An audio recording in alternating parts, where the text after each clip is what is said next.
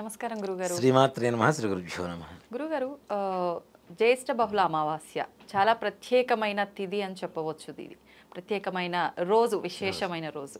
నిజంగా మామూలుగానే అమావాస్య రోజు మనందరం కూడా ఈ రకమైన పూజ చేసుకుంటే బాగుంటుంది, మీకు మంచి ఫలితం కలుగుతుంది, ఎక్కువగా పితృదేవతలకు సంబంధించిన పూజలు అవి చేస్తూ ఉంటాం.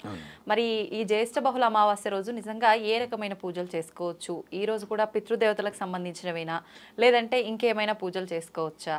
ఎటువంటి ఆలోచన ఉన్న వాళ్ళు ఆ రోజు పూజ చేసుకోవచ్చు. ముఖ్యంగా అమావాస్య అనేది పితృదేవతలకు సంబంధించినటువంటి ఒక తిథి.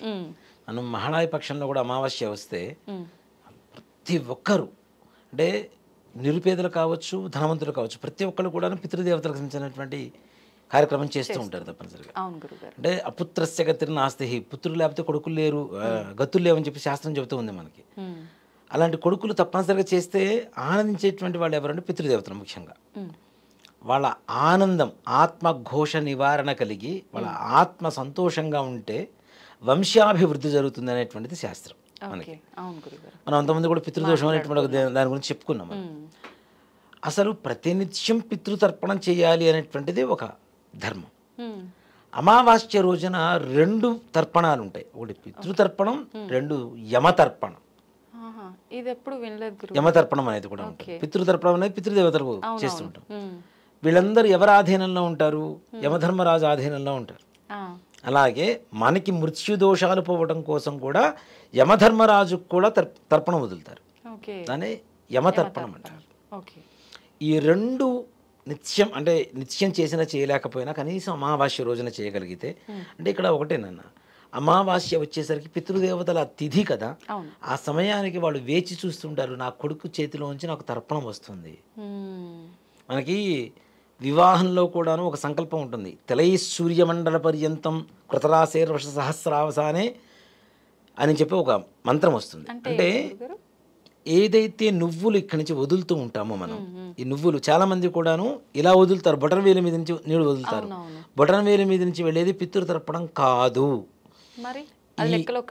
ఈ 2 వేళ్ల మధ్యలో, చూపుడు వేలుకి బొటన్ వేలుకి మధ్యలో ఉండేటువంటి ఈ ధార ఏదైతే ఉంటుందో ఇక్కడి నుంచి కిందకి వెళ్తేనే పితృతర్పణం అవుతుంది. నువ్వులు చాలా మంది బొటన్ వేలుకి అద్దుకొని ఇక్కడి నుంచి వదులుతుంటారు. అది కాదు, అద్దుకోవాల్సింది ఇక్కడ. ఇట్లా నువ్వులు అద్దుకొని ఇక్కడి నుంచి వదులుతూ ఉంటే, ఇక్కడి నుంచి ఆ ధార పోతూ ఉంటే పితృతర్పణం అంటారు. ఇది పితృతీర్థం, ఇది దైవతీర్థం, ఇది ఋషి తీర్థం, ఇది పితృతీర్థం. కాబట్టి ఈ పితృతర్పణం అనేది ఇక్కడి నుంచి వదలాలి. ఈ నువ్వులు ఏవైతే మనం ఎన్ని నువ్వులైతే అక్కడ వదులుతున్నామో అన్ని జన్మల రాహిత్యం కలుగుతుంది ఇట్లా చనిపోయినటువంటి వాళ్ళకి. అన్ని జన్మల నుంచి చేసుకున్నటువంటి పాపాలు అన్నీ కూడా తొలగిపోయి విముక్తి కలిగి వాళ్ళ ఆత్మ ఘోష పోయి వాళ్ళు ఒక మంచి స్థానానికి పొందడం అనేది జరుగుతూ ఉంటుంది. అలాగే మధ్యాహ్నం మనకి 1 గంట 2 కాగానే భోజనానికి ఆకలిస్తుంది, పోయి కూర్చొని తింటాం కదా, మనకు తెలుసు కాబట్టి మనం తింటూ ఉంటాం. పితృదేవతలు ప్రతి అమావాస్యకి నా కొడుకు తర్పణం వదులుతాడు, ఆ నువ్వులే వాళ్ళ ఆహారం, ఆ నువ్వులే వాళ్ళ ఆహారం, ఆ నీళ్ళే వాళ్ళకి ఆహారంగా మారుతోంది. కాబట్టి మా పితృదేవతలు, మన కుటుంబానికి సంబంధించినటువంటి పెద్దలు మనం ఇచ్చేటువంటి ఆహారం కోసం ఎదురు చూస్తున్నారు అంటే మనం వదలకపోతే వాళ్ళని నిరాశపరుస్తున్నట్టేగా, ఖచ్చితంగా బాధ పెట్టినట్టే. ఇప్పుడు 100 మంది ఉంటారు, ఒక వృద్ధాశ్రమం తీసుకుందాం, 100 మంది ఉంటారు, 99 మంది పెద్దవాళ్ళ పిల్లలు వాళ్ళ దగ్గర వచ్చి పలకరించారు, ఒక్క పెద్ద ఆవిడ కొడుకు మాత్రం రాలేదు. ఎలా ఉంటుంది ఆవిడకి? నరకం కళ్ళ ముందే కదా.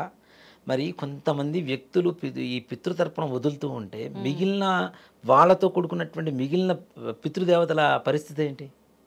అంతే కదా, నిరాశపరిచినట్టేగా. బాధ, క్షోభ కలిగించినట్టు. ఓ మాట చెప్పండి, బాధ అది క్షోభ కలిగించినట్టు. క్షోభ మనకి మంచిదా? అస్సలు కాదు. చనిపోయిన వాళ్ళని పితృదేవతలు అంటున్నాం కదా, దేవతల క్షోభం మనకి మంచిది కాదు కదా. దేవతల అనుగ్రహం కావాలి, వాళ్ళు సంతోషంగా ఉంటే మనం సంతోషంగా ఉంటాం, మన వంశాభివృద్ధి కలుగుతుంది, మనం అనుకునే పనులు ముందుకు వెళ్తాయి. కాబట్టి పితృతర్పణం, యమతర్పణం అనేది తప్పనిసరిగా అమావాస్య రోజున వదలటం చాలా మంచిది. ప్రతి ఒక్కళ్ళు బ్రాహ్మణి తీసుకొచ్చుకోవాలా? లేదు, మీ నాన్నగారి పేరు చెప్పుకొని, మీ తాతగారు, మీ ముత్తాతగారి పేరు చెప్పుకొని చక్కగా మీరు వదిలేసేయండి, దానివల్ల పోయేదేం లేదు. భావన ముఖ్యం ఇక్కడ, అంతేగాని మంత్రం ఒక్కటే ముఖ్యమని చెప్పటల్లా, భావన ముఖ్యమవుతుంది. మనం వదులుతున్నామా లేదా, పితృతర్పణం చేస్తున్నామా లేదా, ఇది ఒక్కటే భావన. కాబట్టి అలా చేయడం ద్వారా పితృదేవతల సంతృప్తి కలుగుతుంది. ఓకే. తప్పనిసరిగా మనకి భవిష్యత్ తరాలకి మంచి భవిష్యత్తుని ఇవ్వగలుగుతాం. అలాగే జ్యేష్ఠ బహుళ అమావాస్యకు ఉండేటువంటి ఒక ప్రత్యేకత కూడా ఉంది. ఏంటి గురు? మనం అంతకుముందు చెప్పుకున్నాం, ఒక్కొక్క పౌర్ణానికి ఒక్కొక్క నక్షత్రం వస్తుంది, దానివల్ల ఆ మాసానికి ఆ పేర్లు వస్తూ ఉంటాయని చెప్తున్నాం. అవును. జ్యేష్ఠ మాసానికి పౌర్ణమి రోజున వచ్చేటువంటి నక్షత్రం ఏంటంటే జ్యేష్ఠ నక్షత్రం. జ్యేష్ఠాదేవి అంటే ఎవరు? శనీశ్వరుడి భార్య లక్ష్మీదేవి యొక్క సహోదరి కదా, దరిద్ర దారిద్ర్య దేవత, అలక్ష్మి అంటారు అవును. కదా. జ్యేష్ఠ మాసంలో అమావాస్య రోజున కనుక లక్ష్మీదేవిని పూజ చేయగలిగితే ఒకటే సంకల్పం, మమ నివసిత గృహేషు అలక్ష్మీ నిర్గమన ద్వారా మహాలక్ష్మి ఆగమన ప్రాప్తి సిద్ధ్యర్థం. ఓకే. అలక్ష్మి దారిద్ర్యం ఇంట్లోంచి బయటికి వెళ్ళిపోయి, నిర్గమనం అంటే వెళ్ళిపోవటం, మహాలక్ష్మి ఆగమన ప్రాప్తి సిద్ధ్యర్థం, మహాలక్ష్మి నా ఇంటికి రావాలి అనేటువంటి సంకల్పంతో మీరు చూడండి, మార్వాడీస్ రాత్రిపూట అమావాస్య రోజున ప్రతి అమావాస్యకి పూజ చేస్తారు. రాత్రిపూట మనకి దీపావళి అమావాస్య ఏం చేస్తారు?